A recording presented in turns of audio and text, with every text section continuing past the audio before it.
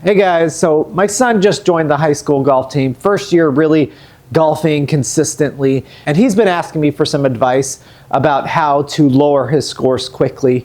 And we looked up a stat recently. Do you guys know that nearly 73% of golfers don't consistently break 90? And if you can break 90, you will be better than 73% of golfers. And are you one of those golfers that don't break 90? Well, I came up with 4 things to tell my son, and I'm going to tell you those 4 things that will drop your scores dramatically this season. Now, this advice is not anything to do with hitting a 300-yard drive or doing a fancy flop shot onto the green. No, this is actionable advice. Half of it you don't even need a ball to do, and you can do in your house, you can do at your lunch at work, you can do in your backyard, and get better this season and beat all your buddies. So let's get into it. You might be saying to yourself, I practice quite a bit and nothing is clicking. I'm not striking the ball that I think I should. I'm super inconsistent. And I think the number one thing you should focus on, which is sequence and tempo. Okay, so let's talk about sequence and tempo. And I'm going to talk about sequence first. But sequence and tempo go hand in hand, and you can do this anywhere that you can swing a club. So you can do this in my garage, just like what I'm doing. You can do it inside if you have ceilings tall enough. You can do it at lunch, at work if you would like to, but there really is no excuse to do this every day for at least 15 minutes. And I can almost guarantee if you do these drills every day for 15 minutes, just this will help you break 90. What sequence and tempo does is it allows you to get into the impact position more often at the right time. And that's what golf is eliminating your major misses. So if we can find a sequence of events through your swing to get everything, your body, your club, all the way into this impact position, then you are going to be playing better golf. I don't want you to think of position here, position here, position here, position here, position here, because your body knows how to adapt. So the sequence drill that I'm going to show you first, and I'm going to show you 2 different ones, one with just a club and one with a pressure board, is a step drill. So let's start with the step drill. And all you're going to do for the step drill, and I would kind of break this up into parts if something feels foreign to you. Right now I'm showing my son the step drill because he is staying on his back foot when he's hitting the ball, so I'm trying to get him into the correct sequence. And so what I tell him to do is feet together, club at lead side, and all you're going to do is take a step back and rotate and throw your club backwards. That is going to produce almost a perfect backswing every single time. If this feels foreign to you, then you need to do it like 50 times before you incorporate the downswing. And to incorporate the downswing, it's fairly simple. You're going to do that, rotate backwards, and then you're going to take a small step and then do the downswing. It's going to take a step back, rotate, and you can do that like 100 times, and you probably spend 15 minutes doing that. So let's go into the next drill with the pressure board. This is what I call a pressure board. All it is a little teeter-totter that you stand on that will help you with your sequence. And so let's look at this. I made this one. If you want to see that video, you can click right here. It gained me about 20 extra yards with my 8-iron. So I highly recommend using this, even if you're a seasoned golfer, because it's going to help you get better. So let's try this out. Okay, so now we got the pressure board on the ground. I just need a club. Again, this you can do anywhere that you can swing a club and you have this pressure board. It just teeter-totters back and forth. And you can hit balls with this, but I personally don't hit balls with this. I just get the feeling. I'm gonna give you 3 protocols to use this that will change your sequence forever. And This board only cost me about 30 bucks, okay? If you want to buy one, I think they're about 100 bucks. I'm going to have some linked in the description if you would like to buy one, some 5-star ones on Amazon. There are affiliate links, so they help me out. If you would like to help the channel out, go ahead and buy one if you're choosing to purchase one anyway. Okay, so now what we're going to do is we're going to start just like the step drill. We're going to put all of our pressure on our lead side. We're going to put the club here. This is the first protocol, okay? So what we're going to do is we're going to start here, and then you're going to rotate. See how I'm rotating until where all of your pressure to your back foot and the teeter-totter, your pressure board, has moved all the way to this other side. So again, you're going to rotate to half swing until all of your pressure is on this side, and you're going to stop. You're just going to do that 25 times. And I did this 25 times, and like I said, I gained 20 yards doing these 3 protocols. The next protocol is fairly simple. You're going to rotate to your halfway up, and then you're going to finish your backswing and get on your lead side again to where the teeter-totter is on your lead side. You're going to do that 25 more times. So again, start here, rotate back, finish your backswing, get onto your lead side. After you do that 25 times, all you're going to do now is incorporate the downswing. So I'm going to rotate back, get on my lead side, finish my backswing, and then I'm going to come down. I'm going to go 1, 2, and then 3 to finish the swing. The reason why I'm doing that is because we do not want to cast the club and come down. We want to rotate, get to our lead side, come down 1, 2, and then 3, finish our swing. Okay? Do that 25, 50 times, in total 100 times, and your sequence is going to be perfect, and you're going to hit better shots more often on the golf course. So let's talk about tempo now. Okay, so now we're going to talk about tempo, and tempo is just the rhythm of your swing. It's how those pros look so smooth when they swing and it goes so far. Every time I feel like I'm hitting bad, I go back to tempo and it fixes my issues. And so if you can count to 2 and you have a club in an area to swing, you can practice this. So there is no excuse not to do this every day with the sequencing drills. And you shouldn't get perfect at the sequencing drills and not think about tempo. You should be doing them at the same time. This will help your sequence, and it will also help you get better strikes, which will lead to lower scores. And so what we're gonna do when we're gonna think about tempo is we're just gonna count to 2. You're gonna go 1 on your takeaway, 2 on your downswing. So it's gonna look like this. You're gonna go 1, 2. 1, 2. That's all it's going to be. Do that 100 times and you are going to have perfect sequence and tempo. I like to use a rope swing trainer, so I'm going to show you what that looks like right now.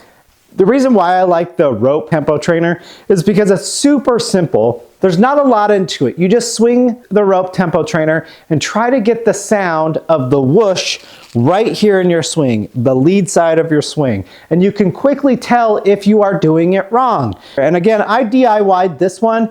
The video to that is right here. But if you want to buy one, again, I have some affiliate links. I just cut off a handle and then electrical taped a piece of rope with the tennis ball on the end.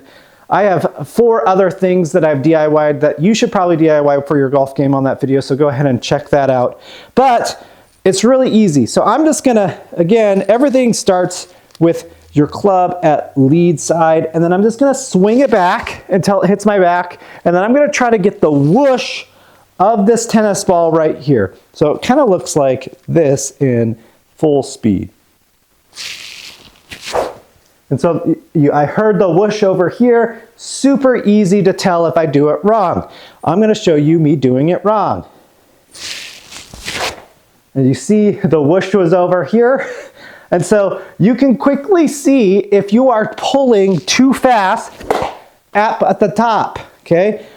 Or you are releasing too late. So I'm gonna show you that. The whoosh was over here. And do you hear how slow that whoosh was? If you're losing yardage, it's because you're holding off too late. And so, one more time, and so you guys can hear it. What, good? All the whoosh was over here. It is an amazing tool. Again, you can do it anywhere you can swing a club. I bring this to work and do it on my lunch break. Let's get your tempo and your sequence down. And so let's talk about the next thing that's going to help you break 90 this year. So now that we have perfected our sequence and tempo using those step drills, the pressure board, and the tempo drills, let's talk about the next step in your consistency, and that is the 3/4 shot. I believe after learning and practicing and perfecting your 3/4 shot, you might exclusively this season use it and get down deep into the 80s just by using the 3/4 swing. You're going to find out that your 3/4 swing will hit your target more often and maybe not even lose that much distance doing so. So let's talk about the 3/4 swing, and then I'm going to show you what my shots look like and my distances with the 3/4 swing using the Garmin R10 in my simulator. So let's get at it. Okay, so what a 3/4 swing is just a shortened backswing. If this is 0, impact, this would be about a half swing. This is my full swing. Halfway between my half swing and my full swing is my 3/4 swing.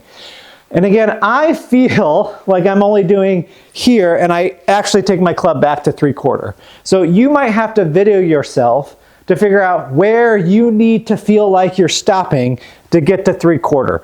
Some of you might feel like you're taking a full swing. Some of you may need to think like you're taking a quarter swing. I have to feel like I'm taking about a half swing, and I know that I get up to about a 3/4 swing. You still need to think about your sequence and tempo, right? You still need that rotate to the back foot, get to your front foot to finish your swing, come down. You still need to think of that 1, 2, or use the rope swing trainer and get your speed over here. You are still going at the shot. All right, it's not a soft little bunter. It is a 3/4 swing, go at the shot, and you will be amazed about the results of contact, how straight it is, all of that stuff, and how far it actually goes. So I'm gonna show you one hit with a 3/4 shot. I'm using the Garmin R10 behind me. I'm gonna show you what the shots look like. I'm gonna start with a 7-iron, your 9 through 6-iron. And I'm gonna show you all of those shots, what they look like, how far I hit them, because you'll be amazed on how far 3/4 shots actually go. So I'm just gonna show you what I'm feeling, what it looks like, and how far it actually goes. I'm gonna start with a 7-iron here. And again, I am thinking I'm going about halfway with my sequence, down, finishing my backswing, and then just kind of going at it, thinking of that tempo. Here we go. And that felt so good. Okay, I'm gonna move on to my 8-iron. I'm just gonna go down to 9, and then I'll go hit my 6 here in a second, okay? So that was the distance with my 7. Here's my 8. Another great strike. I mean, this is our go-to shot. This is the shots for under pressure shots, right? You need to get on the green. If you don't get on the green, it's going to be a double bogey, par, birdie. You're trying to win this tournament. I have a certain yards out. I know how far my 9 goes for 3/4 swing, and I'm just gonna step up, feel that sequence, feel confident in this shot because I know it's a 3/4 swing that's gonna go straight. So here's my 9. Another great shot. I feel so confident in my 3/4 shots because I exclusively practice them to make sure that I can hit them under pressure. And it's gonna revolutionize your game. The one club that I struggle with the most though is my 6-iron, even with my 3/4 shots. I think it's because it feels so much longer than my 7, and that might just be a fitting issue. But even with this 6, I can feel confident that I will at least go straight. Oh, another great hit. So looking at these distances here, would you be happy with them? I would. So those are our 3/4 swings. Perfect them, use them exclusively this season, and you will break 90 easily. Let's get on to the next thing. All right, so we have dialed in our 3/4 swing, our swing and tempo on our full shots. But now let's talk about the other half of our game. And I say other half of our game because it's literally could be half the amount of strokes on the course, which is our putting. And you might think that you are an extremely good putter. I thought I was an extremely good putter until I did this challenge. Do you know that a professional golfer's average from 5 feet is 80%? That means if you take 10 shots at 5 feet, you should be hitting at least 8 out of 10 in the hole. Go ahead and challenge yourself. Do that. See how close you get with that 5-foot putt to those 8 in the hole out of 10. And if you are not reaching that 8 out of 10 consistently, you need to practice your putts. And you're gonna practice the putts just like that. You're gonna start at 5 feet and get that 8 out of 10 shots. Once you get those 8 out of 10 shots, then you're gonna move back to 10 feet. Those professionals make that 10-footer 4 out of 10 times. That is your goal. Your secondary goal is to make sure you do not 3-putt from that 10 feet. You need to make sure that you're within a 3-foot circle when you are hitting those 10-footers for all of these other shots. After you have perfected that, you're getting 4 out of 10 makes, and then the rest are within that 3-foot range.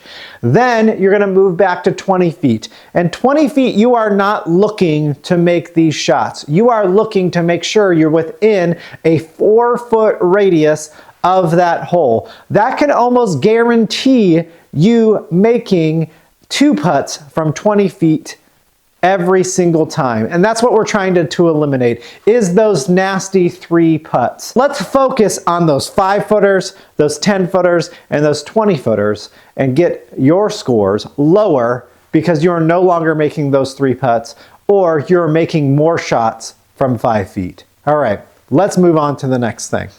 Okay, so now you have mastered not only putting, but sequence and timing and your 3/4 shot. You're hitting them perfectly, kind of, right? We still make mistakes. We're still gonna top the ball 25 yards in front of us. We're still gonna fat the ball 50 yards in front of us. And we're gonna have these awkward yardages shots. And so you need to perfect everything between 0 and 100. And what you're gonna focus on is a 25-yard shot, a 50-yard shot, a 75-yard shot, and the magic number of a 100-yard shot. That could be a 25-yard shot with your 56 degrees. It could be with your 60, whatever you feel most comfortable with, you are going to hit that shot. So let's go into practice, and I'm gonna show you what I do for drills. So what I do is I have a big enough backyard, but you could definitely do this at the range. I like to practice my 25-yard shot and my 50-yard shot in my backyard. I actually make a hoop out of a hose to try, and it's probably about like a 3 to 4 foot hoop for something to aim at. And then I also have a tree way in the back of my yard that I actually make bets with my kids and say, if I hit this tree, then you guys can go play video games. If I hit this tree, we'll go get ice cream, that kind of stuff to make it kind of fun for me, fun for them. And I use those 2 spots exclusively to try to get better at those shots. And I know that we're gonna get a 30-yard shot every once in a while, or maybe even a 55 or 60-yard shot. But if you can perfect the 25-yard shot, the 50-yard shot, the 75-yard shot, and the 100 shot, you could go, okay, I need to give this a little bit more, I need to give it a little bit less, and recalibrate when you have those shots. I can also tell you, if I have a 20-yard shot, I'm going to hit a 25-yard shot because sometimes I still make mistakes just like you because I am not a scratch golfer. I am actually over a 10 handicap, and so I'm going to duff the ball. I am going to blade the ball. So I'm just going to hit the shot that I know of so I can get on the green. Now for the 75 and 100-yard shots, I do have to do that at the range or in my simulator setup. I really like doing it in my simulator setup because I can actually hit those yardages and put flags out there exactly how far I need to hit them. But you could definitely do this at the range. If you look at the range, there's a 50-yard marker and there's a 100-yard marker. You just pick a spot somewhere in between there, about halfway in between, and try to hit your shot there perfectly. Now, you're going to get pretty good at these shots, but you also have to put some more tools in your arsenal. So maybe your favorite club to hit a 50-yard shot is your 56. You do a half swing 56, but maybe it's windy out and your 56 goes super high. So maybe you want to use your pitch and wedge and hit a lower trajectory shot. You also need to practice those shots. So play around with it. Grab your 56, grab your 60, grab your pitch and wedge, grab a gap wedge if you have it. Heck, even tried it with an 8 or 9 iron. Whatever gets you on the green in the least amount of times gets you to that putting surface, and you've been practicing your putting and you know you can almost guarantee it's only going to be 2-putt, so you can maybe save bogey, maybe even get par if you get it close enough. So practice these shots. You will break 90 this season. Thank you for watching this video, and remember to like and subscribe if you haven't already. I'm going to try to do more tips like this as possible. I also have a golf cart build that I'm doing, and I like to do DIY projects. If you want to see one of those videos, go ahead and click right here. And until next time, make your golf your project. And let's all break 90 more consistently this season.